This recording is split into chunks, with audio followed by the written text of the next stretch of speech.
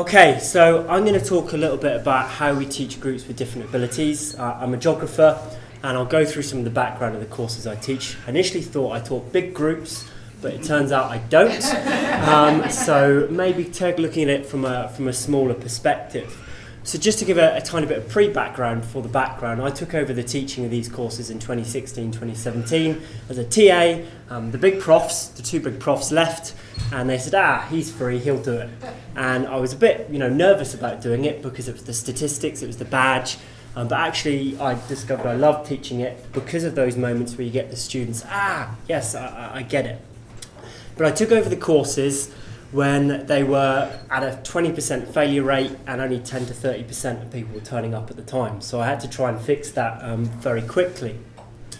So I teach all the level 1 and level 2 statistics core modules. Last year I even taught the masters as well.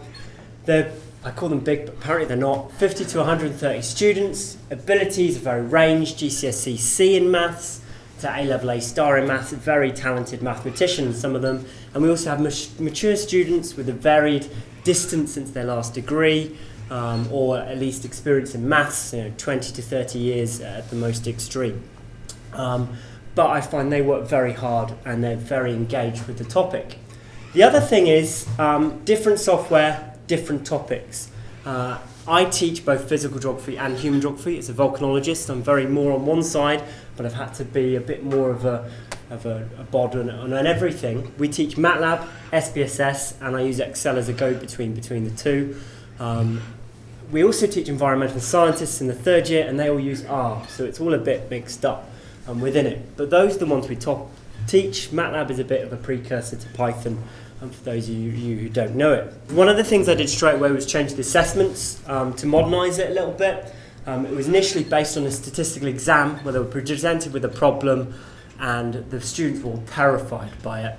So that's the first thing I changed, and we've got online quizzes and a mini journal article style where they're presented with some data. They said, preface it with some research on the topic and then go on and do a little bit more on statistics and conclude what that particularly shows you.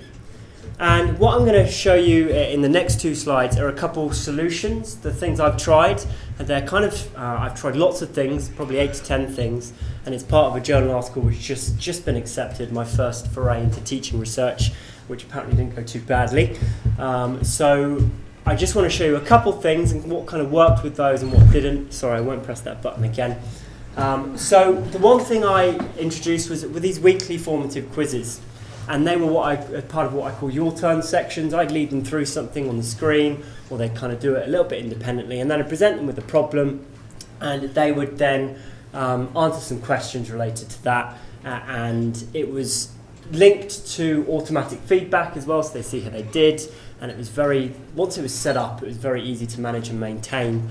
And the students felt like they were getting more information on how they were doing and their understanding of the topic, which was really good. So that's what I kind of call dynamic feedback, where you kind of know where the cohort are doing well, or maybe where you haven't taught something to the high standard you usually do, or you need to repeat something, so you can tailor your teaching the next week or in a practical, which is a little bit more free.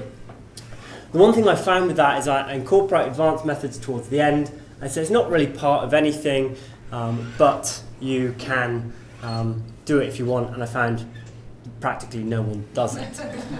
This is a really quick graph which I can explain later to someone if we want, which essentially says regardless of how many practicals you turn up to, you've still got a good chance of getting a good mark. So the good students don't necessarily need to turn up to do well. The other thing I've tried is real world scenarios. So as a volcanologist I have an advantage. It's pretty cool, or hot, whichever way you're looking at it. And you can put them in real world scenarios. So what I do is I put them in a fictitious volcanic crisis, and they have to solve it statistically and forecast what might happen in the future. And they love it. I put them in mini groups. They're helped with an on-screen graphic. It's all very competitive. I was a little bit worried about the competitive part, but it seemed to work quite well. The Starship Enterprise flying across the screen is apparently very interesting.